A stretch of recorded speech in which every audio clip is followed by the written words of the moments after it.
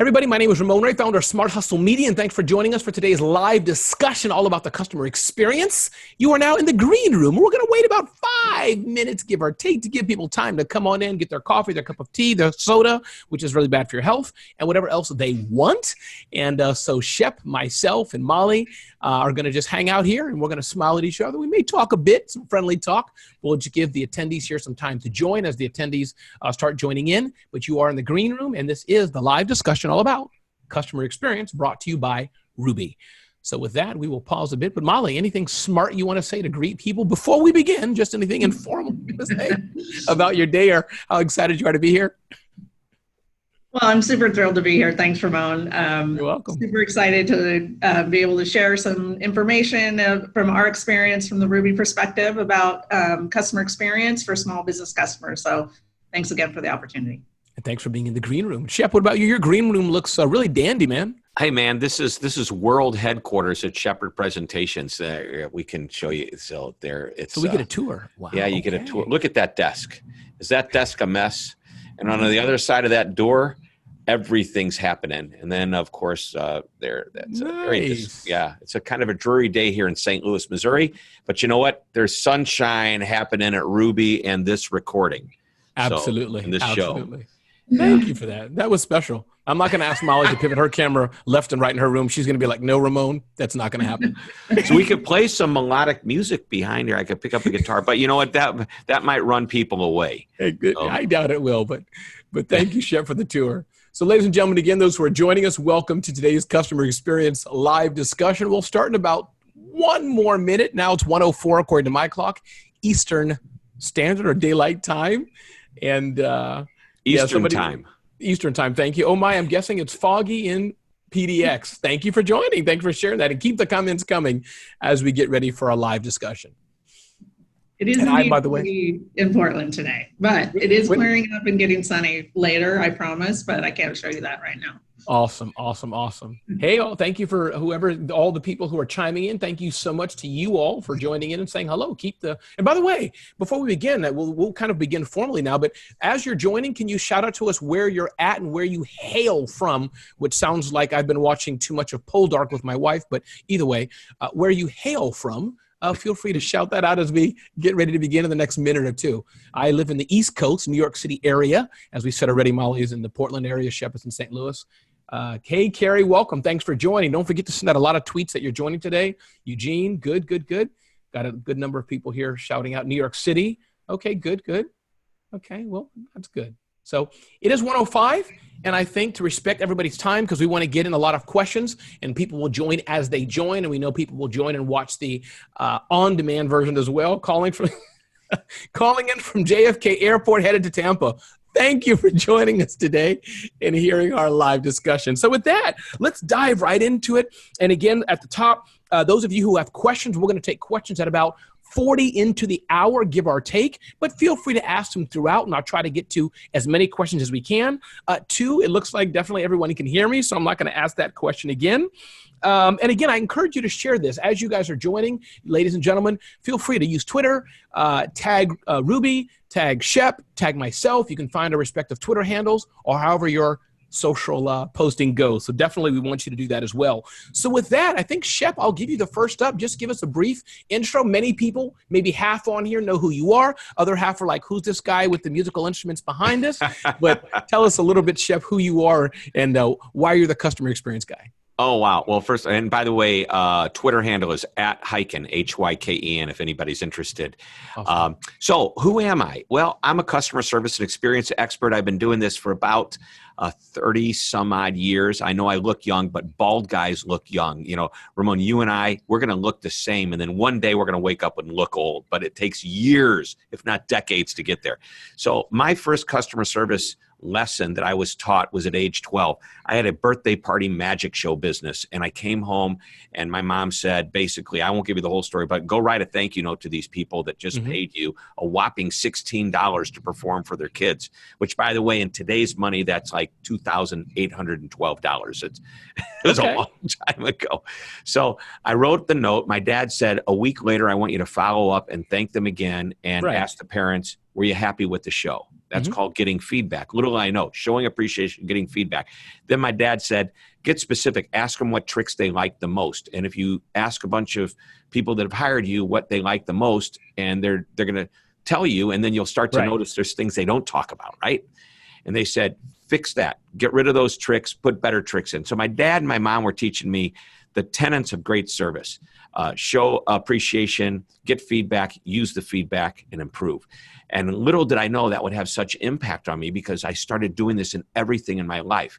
I went to college. And by the way, I performed in nightclubs through high school and college. When I got out of school, thought I was going to work for a company, but I ended up looking like, I saw two speakers. You know who they are, Zig Ziglar and Tom Hopkins. And I said, wow, I have the entertainment background. I got a little business I've done. I've got college education. I can do that. And that's how I got into the speaking business. And then just really everything has been about customer service and experience, everything.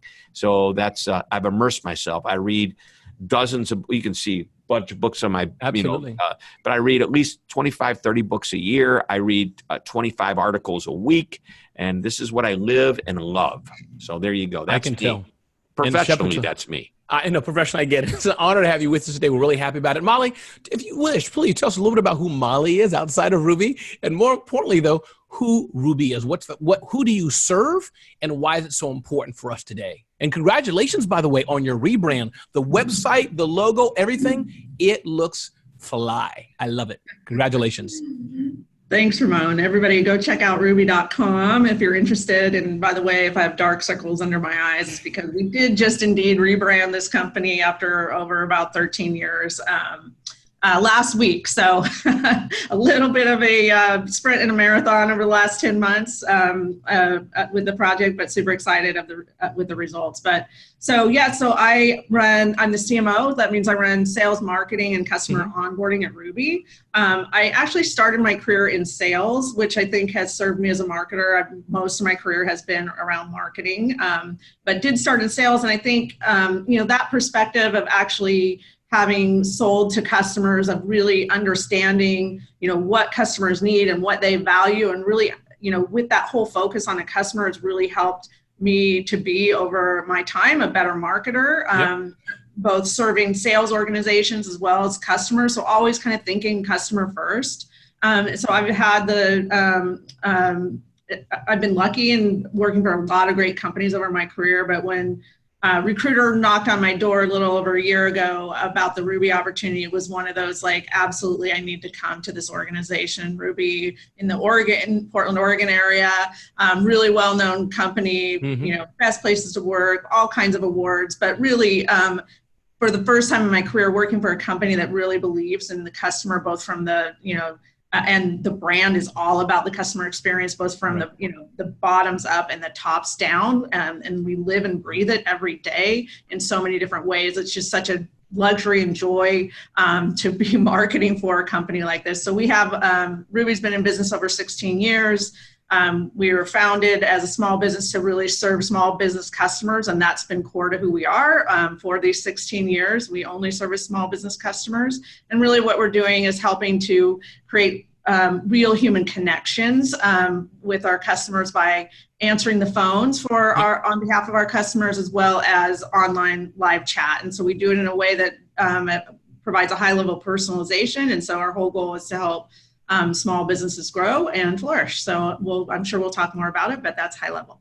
No, I love it. And I'm curious, Molly, in your experience, let's set the stage for the difference. And I'm sure let me not say what it is, because we have the experts with us today, but customer service, customer experience. I don't want to get too nitty gritty into the nuances, but Molly, how does Ruby see that? And Shep, I'd love for you to take it from there and help us set the stage for the difference, if it matters. It may not, we'll see. But Molly, from Ruby's experience, what do you see kind of customer service, customer experience, people looking it up online?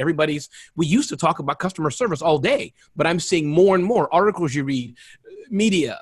It's the experience. So why is that? What is it? And then Shep, I'd love for you to add to that. I view customer service as like a one-time touch. It's like answering a question, and you can do customer service really well, but customer experience is more about an ongoing personal relationship, and that's how we view it at Ruby. We do a lot to ensure that every touch point from the beginning, from the very point at which we start finding a prospect all the way through to servicing a customer for many, many years, that we train to that. And we want to make sure that there is an amazing experience each and every time a customer interacts with us.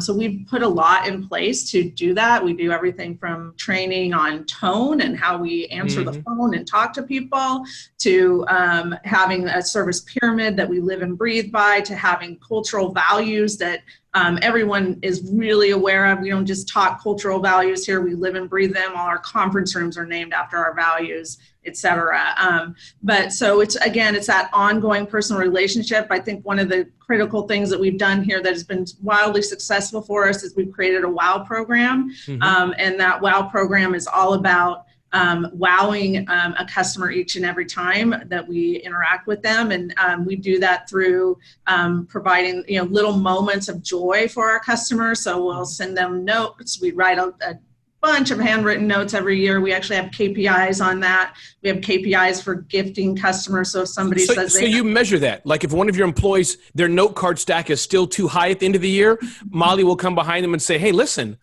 what's up with that? Why do you still have the same thank you card I gave you a year ago? Something like that, I'm guessing. Yeah, we have a dashboard that every employee in the company can actually access and see how many note cards we've written, how many WOW gifts we've sent out. So if we have a WOW station here in our office. So if somebody says, I'm not feeling very well today, we actually have like a sick gift pack that's Ruby branded, and we'll send that out.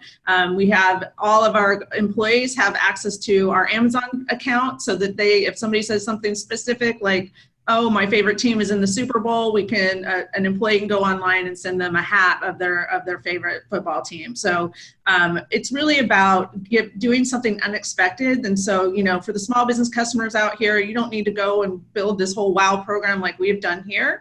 But you can absolutely give somebody an unexpected moment of joy. We talk about at Ruby this concept of moments matter. And so it can just be a very small little thing, but it's giving them something that they don't even know that they want. That's what we focus on.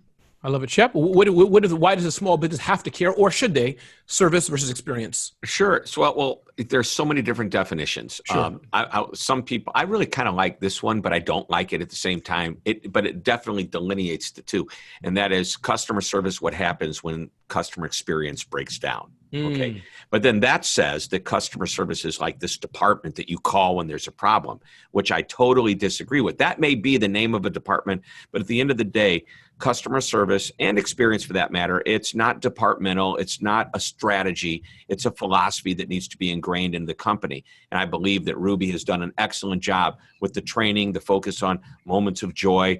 I think the word wow is a tough word. I often caution clients who want to use that word because it's like over the top feeling. But let me tell you, I use the words moment of magic and being amazing. And if you want to use wow, here's what wow, amazing, and magic and joy are all about. Something that's better than average. And so a little better than average all of the time is what makes great companies amazing. And it's the all the time part that's really important.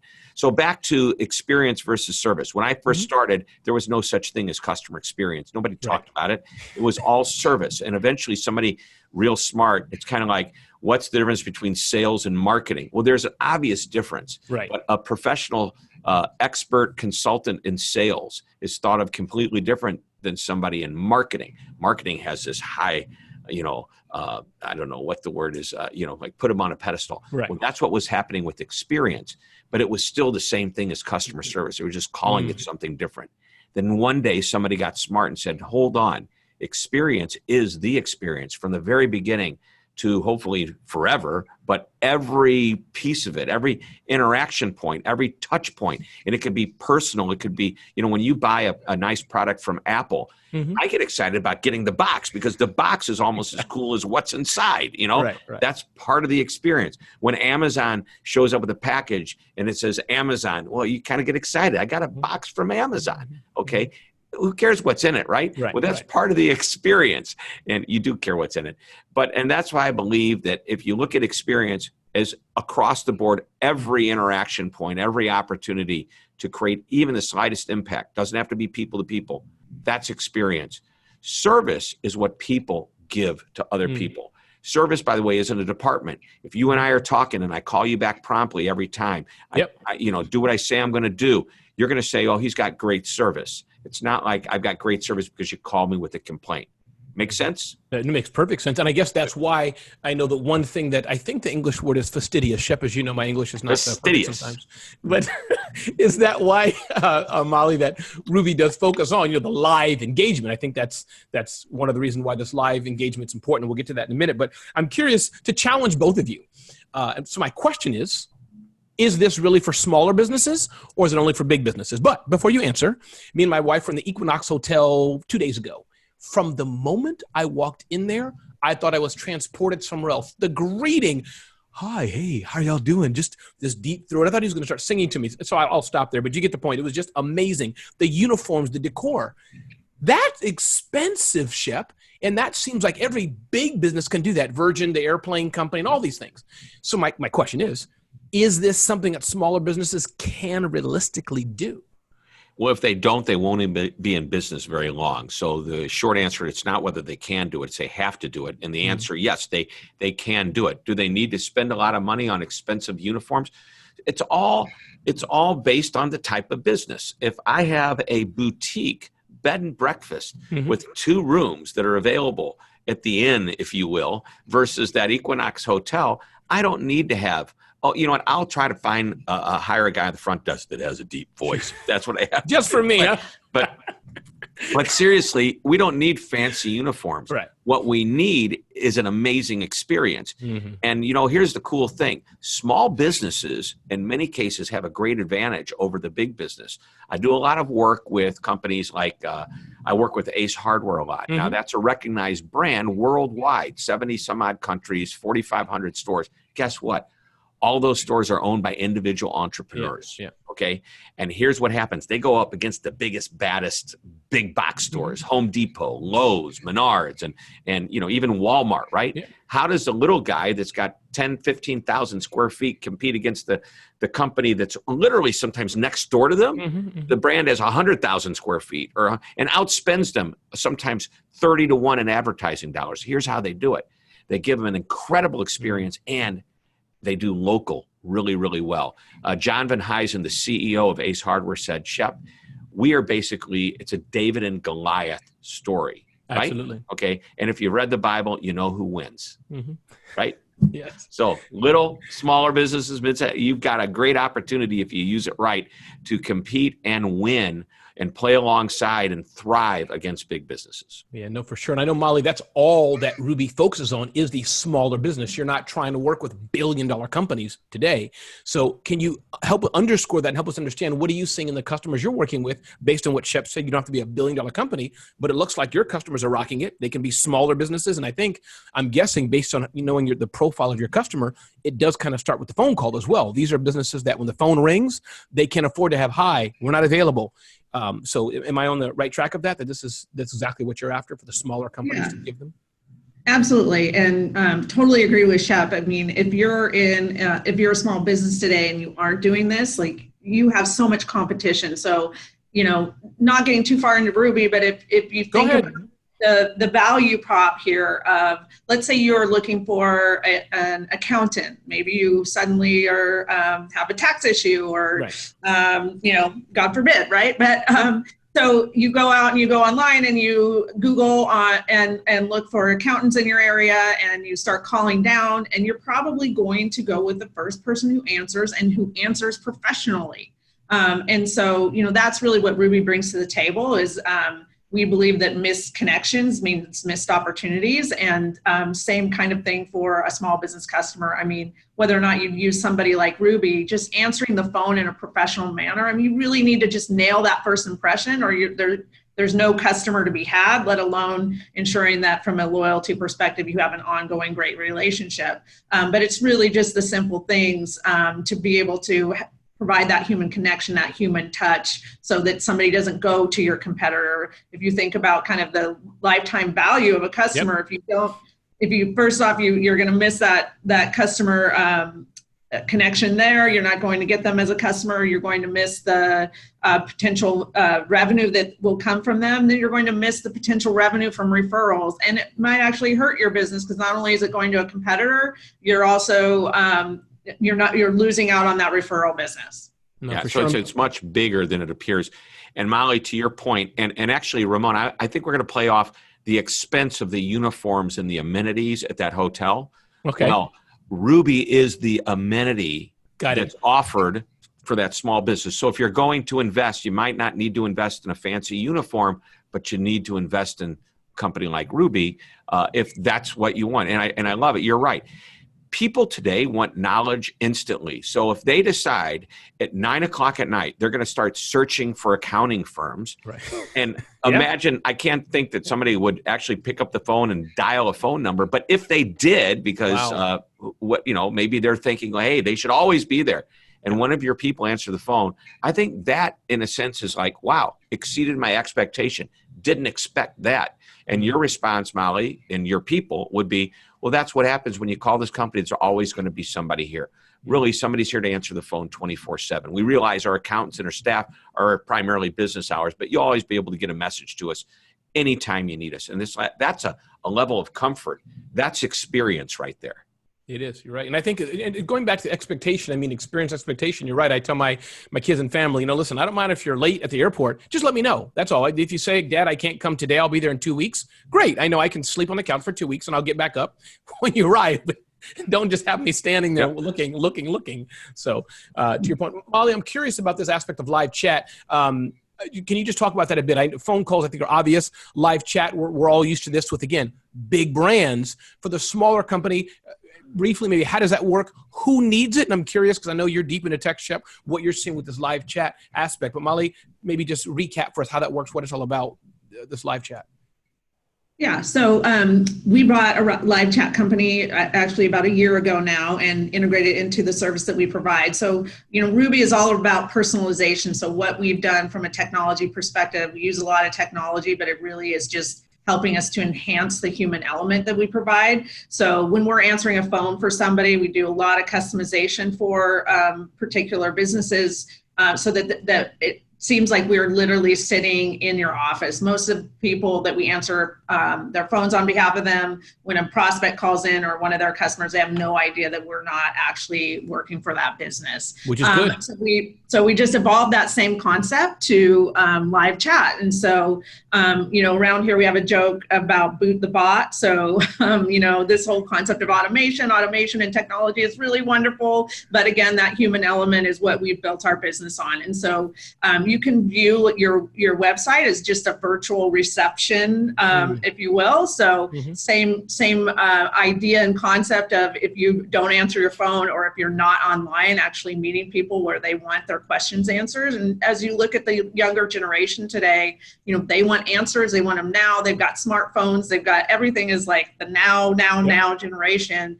And, I want to go to a website and be able to quickly get my questions answered. I'm sure all of you have experiences out there where you've had a really great experience online and you probably had a really bad experience online. Where our value prop is we've got a live person behind that screen that is answering questions and getting people routed if we can't answer the question to the right person and getting that quickly answered. So, we see a huge uptick in closed business for our customers, 40% increase in leads when you have live chat on your website, which is huge. And if you think about what your conversion rate might be, also another thing that our customers see from that live chat perspective is they have a really better understanding of where their leads are coming from.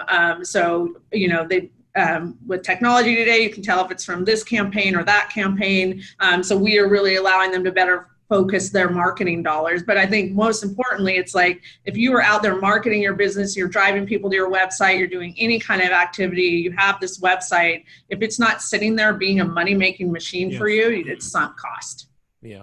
Shep, anything to add on that, especially with the live chat, how to use it, how not to use it, who should, anything to, yeah. Well, to me, live chat is just an extension of a live interaction. The companies today are using artificial intelligence to fuel some bots, and I know boot the bot. I really like that. I will say that while over the years, like in the past 5 years, as AI and interactive voice response systems and the ability to chat with a bot, they've gotten better. They've gotten almost better to the point where, especially with a chat, I think it's almost indistinguishable between a human.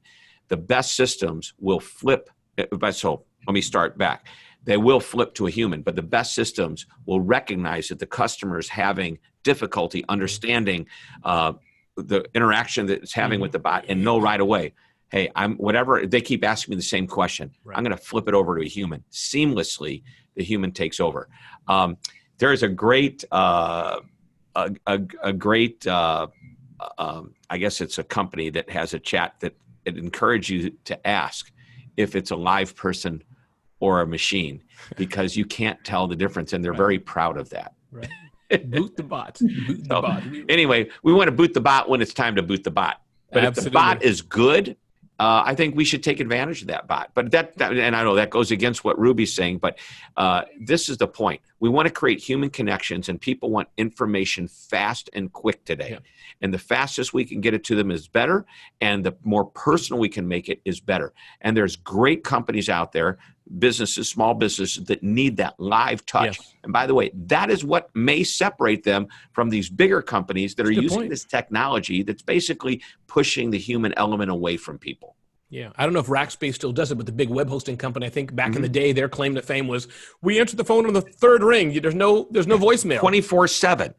That's a hey, that's a point of marketing. And by the way, to the Ruby team, you have people here who want your services already, but we'll address that later.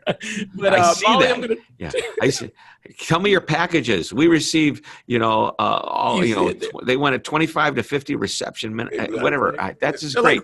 We're making money here, Ruby. Yeah, Molly. Please don't show your credit card, please, yet. If you see something online that doesn't meet your need, give us a call. We will help you. Absolutely. But please don't type in your credit card numbers with the demand right now to buy. Give that to the Ruby team. So, but question, Molly, and I'll dive into. I'm not gonna. And thank you. Keep sending your questions. Use the chat window, or if you want to put it in the Q&A. But I just want to ask you a question here, Molly, real quick, and Shep answer. But I'm a small solo entrepreneur in the health and wellness field. It's a very competitive field. What are some suggestions to ramp up CX in this particular area? And I think, listen, my niece and nephew have started a health and wellness or a fitness company. They're going through the struggle. So maybe, Molly, I'll turn to you. Any quick ideas, thoughts, health and wellness, whatever that means, take it what you want to mean, that they can, be more competitive and offer a differentiating factor. What can they do? Yeah. Well, I don't know the health and wellness field really well, so okay. I'm not sure how great advice I can give. And you can tell I don't know it that well. You can, if I stand up, you will. I guarantee you will tell. I could use a little health and wellness right now. So, but in any event, I think again that nail that first impression, number one. I think that's the most critical component to give you an opportunity to even get that person as a customer in the first place. But, we tell our customers, and when we write a lot of blog articles about customer experience and about human connection and all of those things. It's just, again, you can really get back to simple things. And I don't know how relevant I can make this to health and wellness, but, have extended hours where working parents can, come see you after hours, if people have children, have toys for the children. It's just all the little touches, regardless of what kind of industry you're in. It's the little touches. It's going that extra mile, doing that extra quote unquote thing. And that's what the Ruby value prop is for our customers, is we are going the extra mile for folks. One of the things that our customers like to say is, Ruby never gets sick, never has a bad day, never irritates anybody who calls in. So we're always going to be happy to take a phone call. We're always going to give the best service possible and put your best foot forward. So however that translate to you and your business and your industry, again, it's really just the simple things. It's doing those unexpected things that somebody doesn't expect. My favorite airline I reached out to, I've got a trip coming up. I'm going to sunny Mexico next week. Thank God. Hola, hola, hola. Enjoy. Chihuahua.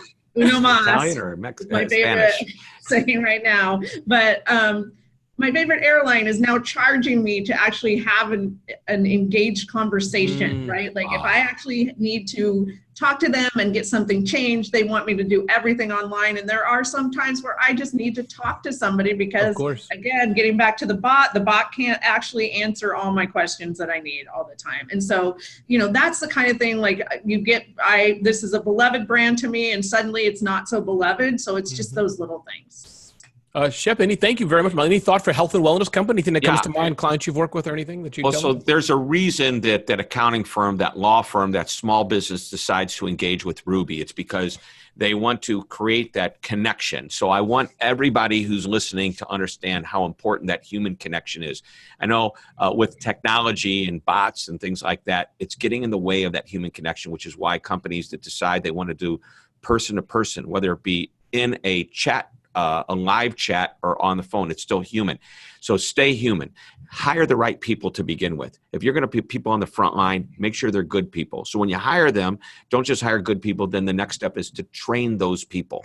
You cannot afford not to train that person, because all they need to do is lose one client for you. Yep. It's like, why didn't you spend a few dollars to train them before they started losing clients for you? Which, by the way, if you've got 5 good employees, 10 good employees, and only one of them is bad, who hasn't been properly trained, and I'm the customer and I come in and I see and engage with that particular employee, they are representative of the other 9 who may be rock stars, but this one didn't do it for me. So that consistency is important. And to Molly's point, Ruby doesn't have a bad day, because consistently we've got people, they understand what, the information, they've been trained properly, they know exactly what to do. So hire right, train them well, and be consistent.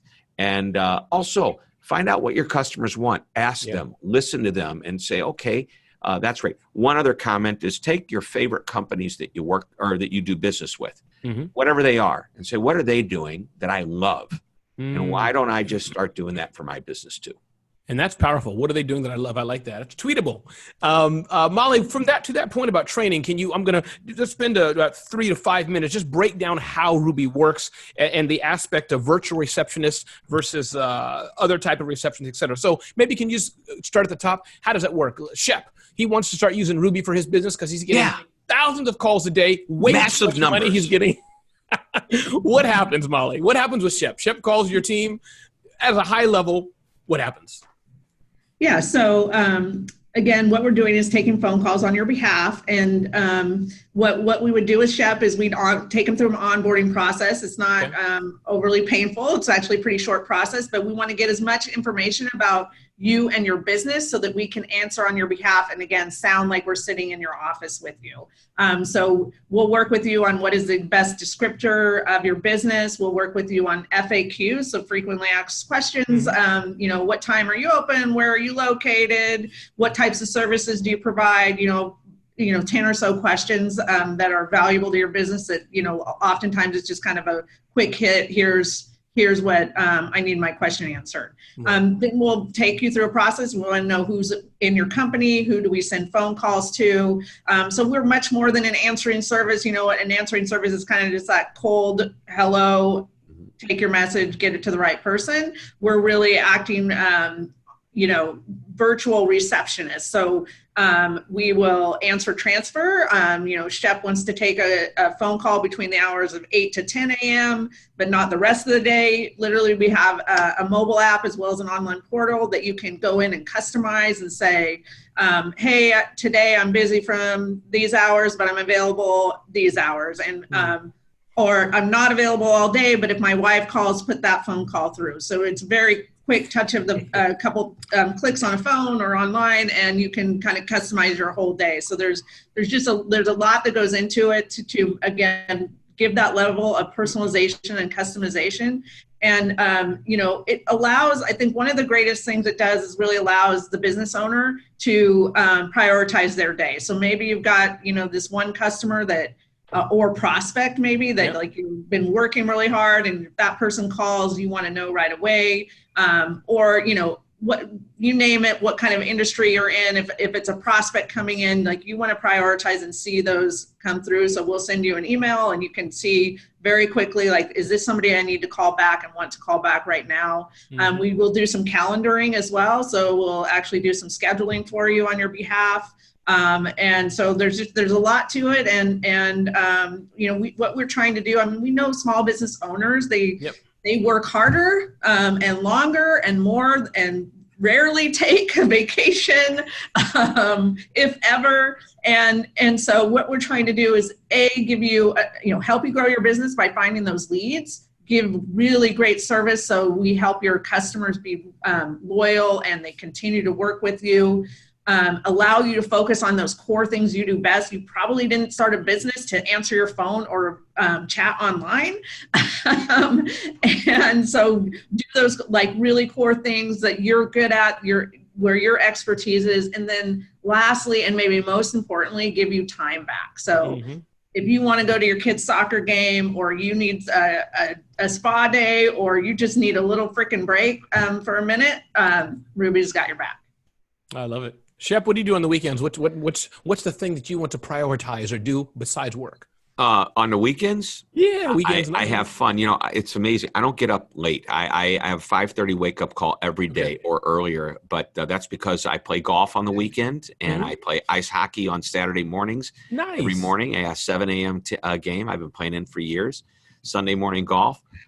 Take my wife out to lunch. Go to dinner. That's what my priority is. Nice. I love it. I'm curious. So, Molly, I'm going to ask you a trick question, Molly. Let's see if you could handle it. Oh, by the way, I just want to say, Go ahead, I like the idea where you said, only put my wife through. You should have that special category. It's called wife insurance. Like life insurance, but it's wife insurance. Wow, today it's partner insurance, but it doesn't have the rhyme. Life, wife, partner, life, whatever. But if my wife was on the call, trust me, she'd change that in a heartbeat and be like, when Ramon calls, Ruby, don't give me the call. Do not transfer it to me. Like, put them on hold. But curious. And so yeah, the trick question, Molly, is that, so Shep, from what we can tell, humorous guy, likes to have fun. What if Shep was like hello, how are you? Welcome to Bunkers and Associates. My point being, do you have different receptionists that can match people's characters, types? If I'm a fun person, I'm a serious person, I'm a doctor versus a comedian. How do you handle that? Or is it kind of all the same? The receptionists only speak the same way? Yeah. So we understand the type of industry. So we answer the phone for a lot of, for example, criminal defense attorneys. And we know if somebody's calling and they need a criminal defense attorney, that's probably a really serious situation. Right. And so we absolutely understand those situations, and we train our people to respond in the right way. And we also, train our people to really be compassionate. So compassion is a big thing that we talk about. And, our whole goal is to turn around callers. We have callers, whether they be our clients or our clients' customers, we want to turn their day around, and as much as possible, maybe they're not going to have a smile on their face when they leave the call because of the situation that they're in, but they at least felt heard and taken care of, and some sense of relief. And now to take it kind of to the more lighter side, we have a customer in southern part of the country, and they want us to answer, hello, y'all, how's your day? And we'll do that. So that's kind of the level of customization. We've done this really cool thing. So we found pretty early on as we built our technology that people really want to talk about the weather. And we all talk about the weather. And so we put this basically weather app within our technology that allows us to say, when somebody says, hey, can you believe this weather? We can say, and we can see where they're calling from, and we can say, yep, snowing yesterday and 70 degrees today. Hello, Denver. And allow people to, again, really feel like that level of customization. The other thing we do, we have this whisper technology. So as you can imagine, we answering for more than 10,000 businesses. There's a lot of company names that are difficult to pronounce, or people's names that are difficult to pronounce. So we actually have a whisper technology that will actually whisper in our receptionist's ear how to pronounce those things so that we get it right. So did I hear you say you have 10,000 clients? Yes. Wow. So it's a large business servicing small business. Yes. And we actually, it's interesting because a lot of our competitors will say now that, we're too far away from, we're now a big company. How can we possibly really service small business? But we started as a small business. We only serve small businesses. Our people understand the value that we provide to our customers, that we are that feeler thing, that we are really helping them to have a better day, to have more time back, to focus on their business. Like, we drill that home into our employees, and we live and breathe our mission of helping small business customers. I love it. Do you have are they all spread out working from home on location? They all work in a particular location? How does that work? Is that all right to ask? Yeah, absolutely. And that's a big question people have. And it's, again, back to kind of ensuring we provide a great experience. So we have never had people work from home purposefully, because we believe that, working together, having that team mentality, being able to ensure that quality of service. So we have 3 centers. We have 1 in Kansas City and 2 in the Portland, Oregon area. Everybody is a full-time employee. They have full benefits. We were the first company in the state of Oregon to increase the minimum wage to $15 an hour when that kind of came around a couple of years ago. And so, we are really all about investing in our employees and investing in the training and really ensuring that, again, that just delivers this great quality of service. Wow. That is excellent. powerful. I'm glad I asked, because I think that's extremely impressive. It's like business the way it used to be done. Yeah. You're right. You're right.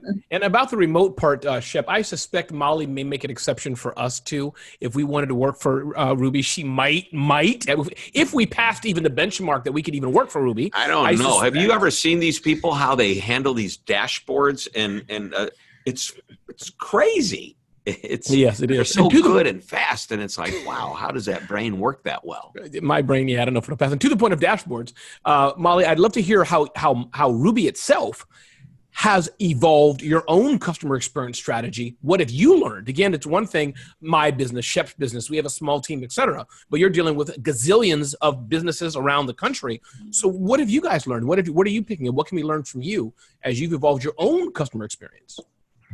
Yeah, and I think, we've probably touched on most of it. And, okay.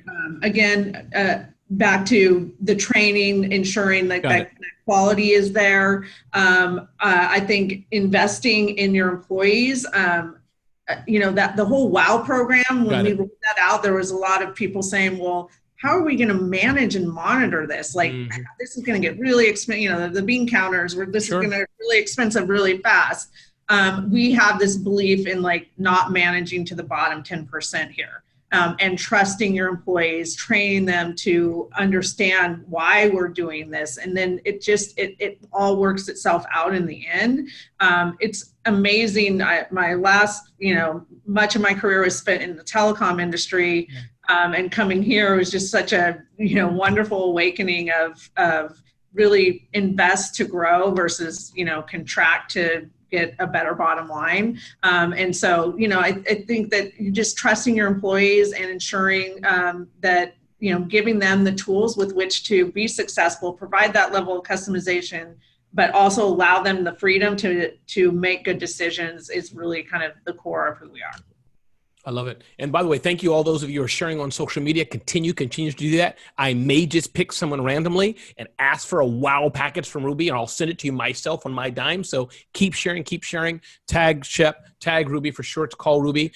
If you want, you can tag me if you have to, Ramon Ray. But as we come to the downhill slope of our discussion today, and again, it's been a great discussion. I can't wait to compile all this, share it out. We're going to rip the videos up and share them and put a little guide together. Shep, I'll turn to you. Any final comments, things you'd like to add, Shep, again? And by the way, if you have more questions, feel free to add them. We have a bit more time. But Shep, anything that I didn't ask or you wanted to share, especially, I know customer experience, it's so big. But for that smaller business, especially the one who's new to it, like, you know what? This sounds good, and I think I need to devote more attention to not just sales, not just marketing, not just hiring, but the experience. Great. Anything else you want to add? Real simple. What I want you to consider is creating that typical journey map that the customer has when they do business with you. From the very beginning of them thinking of that, which means they're going to go on Google, they're going to do a search, they're going to see an ad, or they're going to see a listing, pop up, and you're going to click on it. They're going to experience the website. How easy is it for them to find your phone number? Start looking at the experience and looking at it being easy. Journey map that customer's experience that they have with you. And by the way, the first time customer may have a different experience than a repeat customer, may have a different experience, somebody calling in versus somebody coming in. So look at all these different touch points, analyze the touch points, and say, what can I do to make it better? And when you start to look at every one of those touch points that you have, then you'll start to recognize the great experience opportunities that you have before you as well. And that does sound simple. I'm just underlining it, not that you need me to, but I'm learning it for myself. It's just really, how can we do better? And then I guess what I'm hearing you say is what tool or solution or strategy? But look at the actual interaction point. So the airline, Molly, you just mentioned an airline a few minutes ago. When you decide you want to fly on an airline, you got to make a reservation. You've got to check in online. You've got to go to the airport, maybe check in at the curb with your bags. You go to the ticket counter. These are all touch points. Look at all those touch points and say, what can I do to make them better? Last year I wrote a book called The Convenience Revolution, which I think is probably some of the better work I've done, because it's all about, you've got good service, friendly people, knowledgeable people answering the phone. But what can we do to make it even easier? And in your case, we talked a little bit, or maybe it was Ramon mentioned, 3 rings. Well, rack space, 3 rings, that's the most. Well, to me, that reduces friction. What's friction? Making people wait. Okay, so I'm a customer of yours, Molly, at Ruby, and I don't want to make my customers wait till the next morning to get basic information. So your people are trained to take care of them. That's a major touch point that's been managed to create that moment of magic or that positive experience. So when we start looking at all of the opportunities to create better experiences and even more convenient experiences, saving the customer's time and effort and multiple steps, that's when we start to create customer amazement. Wow. And I'm guessing also, Shep, or Molly, maybe you want to add to this, that you can use that as a marketing point. I mean, customer experience, you can, hey, we do this, and this is how we're different. So, right. But Molly, thoughts, comments, things you want to add to that as we kind of come to a conclusion here, what small businesses need to know? And I think, as Shep can attest, I think Ruby, fantastic for those, phone calls coming in, you need that quick, fast, and good customer experience. Ruby definitely has a solution for small and growing businesses. And I like the live chat. So it's not just phone, but live chat. And I'm sure on Molly's whiteboard, Shep, somewhere, she has secret world domination plans. There's something coming out, which she won't tell us, but that's okay. Molly, what else can you add for us, please? I just say use technology where technology does what it can do best. But when a human can do something better, use a human. And please answer your phones. We do know the research says that 65% of prospects want to engage with a brand via the phone, and 29% of answered phone calls lead to a purchase. So, I would say that when our founder founded this company over 16 years ago, she would have never dreamed that here in this day and age, 16 years later, with all this technology, like that this human connection type focused business would be as successful and still really, really necessary and needed by the small business customer, just because and she was told by investors, this has a shelf life. We see it actually going completely the opposite way now, where people are just missing that human element. So please bring your human element into your day-to-day life with your potential customers and your customers. I love it. Shep, thank you so much for joining today. ShepHyken.com, I believe. Just Hyken.com. Let's make it easier. Just Hyken. Hyken. We got Shep Hyken too, but why waste the extra 4 clicks on the keyboard?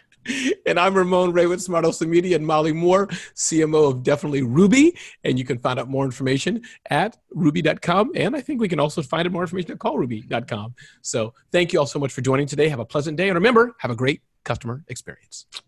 Thank you. Thank you.